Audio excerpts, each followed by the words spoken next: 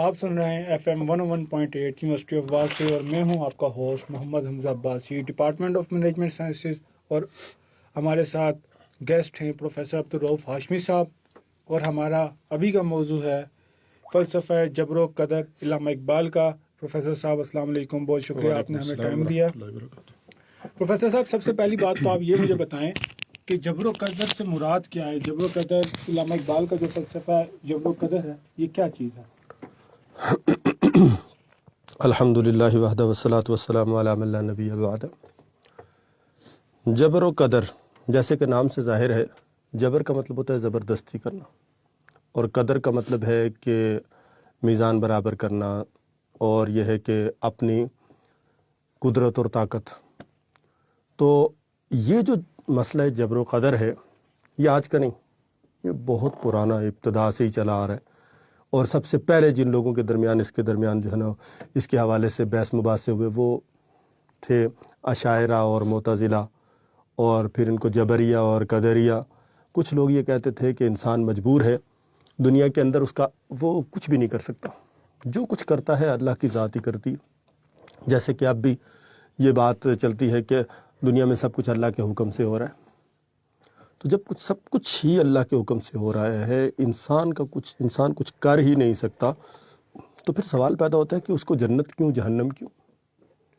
پھر اللہ سب کو جو ہے وہ اپنے حکم کے مطابق سب کو نیک کر دے اور سب جنت میں چلے جائیں، اور پھر جو ہے نا وہ اللہ اگر سب کچھ خود ہی کر رہا ہے تو پھر ایک آدمی کو سزا کس بات کی؟ مثال کے طور پر کام میں خود کر رہا ہوں تو سزا آپ کو کس بات کی دوں؟ کام میں نے خود کرنا ہے تو انعام آپ کا کس بات کا؟ تو یہ ایک فلسفہ تھا جو پہلے سے ہی چلا آ رہا ہے، اور اس کے درمیان بحثیں چلی آ رہی ہیں۔ جبریہ کہتے ہیں کہ انسان پر جبر ہے اور انسان کچھ بھی نہیں کر سکتا، انسان کو عزت دینا، ذلت دینا، انسان کو ہدایت دینا، گمراہ کر دینا، یہ سارا اللہ کا کام ہے۔ جیسے کہ آپ قرآن پاک میں جگہ جگہ یہ بات سنتے بھی ہیں کہ اللہ تعالیٰ جس کو چاہتا ہے عزت دیتا ہے، اللہ تعالیٰ جس کو چاہتا ہے ذلت دیتا ہے۔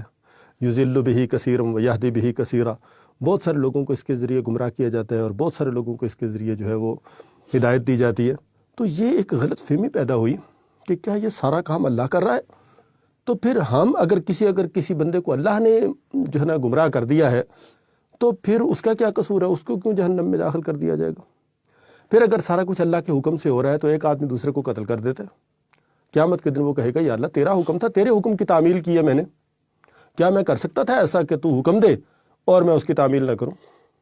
تو جب تیرے حکم کے مطابق سارا کچھ ہوا تو مجھے کس بات کی سزا ہے؟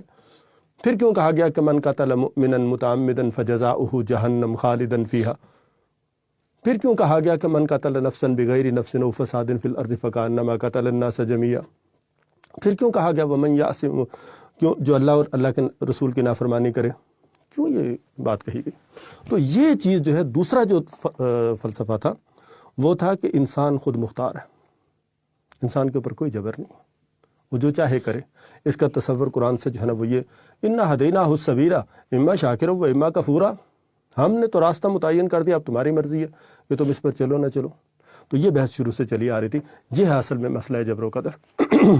تو اس میں تقدیر کیا ہے؟ جبر و قدر کے اندر تقدیر بہت امپورٹنٹ چیز ہے، جیسے کہ آپ نے بات کی کہ ساری چیزیں اللہ تعالیٰ نے اس چیز کو ڈیفائن کر دیا، تو تقدیر کیا چیز ہے؟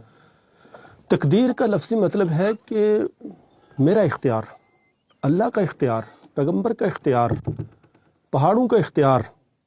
جو پہاڑوں کو اختیار دیا گیا ہے، اس زمین کو جو اختیار دیا گیا ہے وہ زمین کی تقدیر ہے۔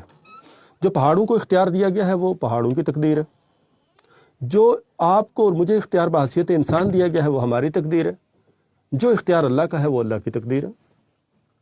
تو تقدیر کا مطلب یہ ہوا کہ آپ کے اندر کتنی قدرت ہے کام کرنے کی، اور کیا ذمہ داری ہے آپ کی، کیا آپ کر سکتے ہیں۔ مثال کے طور پر میں آپ کو کمپیوٹر کی مثال دوں گا کہ ان پیج ایک سافٹ ویئر ہے، اس کو جب بنایا گیا اس کے اندر پہلے آئیکن طے کر لیے گئے اور اس کی پوری اسمبلی بنا دی گئی کہ بھئی یہ یوں کرے گا کام۔ اس کے اندر آپ کو جو فیسلٹیز دے دی گئیں وہ دے دی گئیں۔ اب اس کی تقدیر سے بڑھ کر آپ کوئی اس سے کام نہیں لے سکتے، جتنا کام وہ کر سکتا ہے اتنا ہی کرے گا نا۔ اب آپ اس میں سلائیڈز بنانا شروع کر دیں جی کہ اس میں جو ہے نا وہ پاور پوائنٹ جیسا کام بھی یہ کرے تو پاور پوائنٹ والا کام وہ نہیں کرے گا، وہ اس کی تقدیر سے بالا تر ہے، ٹھیک ہے۔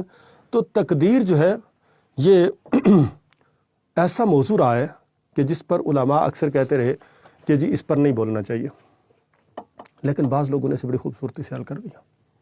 ان میں علامہ اقبال رحمہ اللہ، مولانا مودودی رحمہ اللہ، ان لوگوں نے بڑے اچھے طریقے سے اس کو حل کر دیا کہ تقدیر کیا چیز ہے۔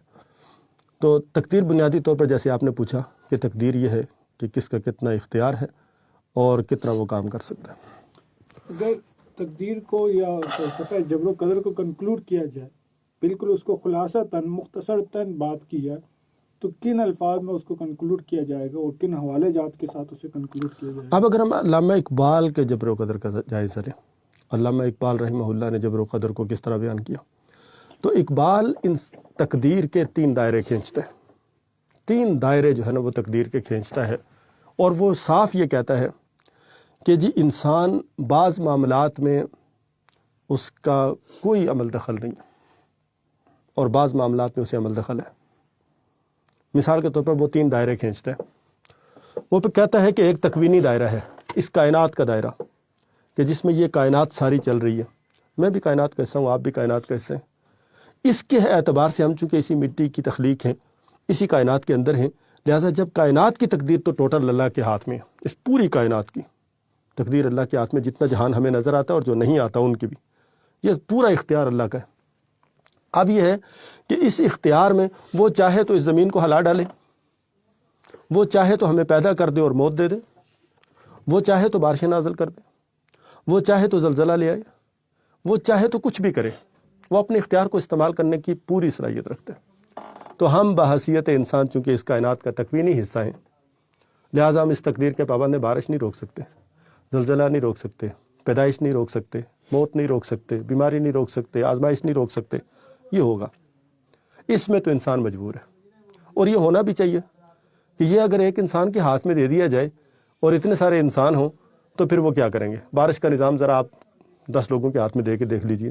آج ہمارے علاقے میں بارش برسانا ہے، وہ بولیں گے آج ہمارے علاقے میں برسانا، ہمارے پاس کم آئی ہے یہ بارش۔ تو پھر ایک چاہے گا کہ بارش ہو، دوسرا چاہے گا نہیں ہو۔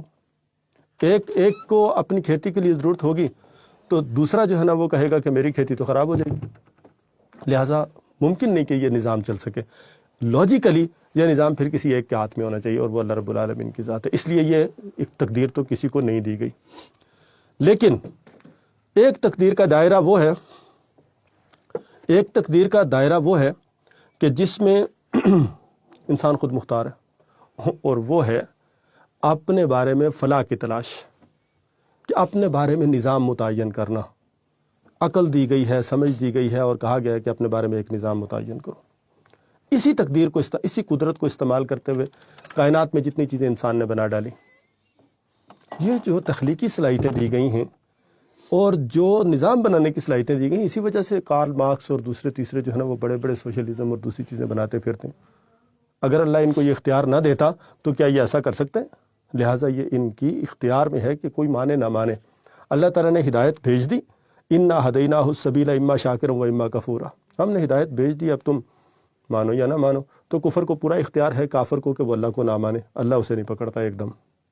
ہاں، جب وہ اپنے معاملات کو لے کر آ جاتا ہے حتیٰ یاتی اللہ بامرہ، پھر معاملہ اور ہو جاتا ہے، وہ تو اللہ کے اختیار میں ہے تکوینی انداز میں، لیکن اس میں اختیار ہے۔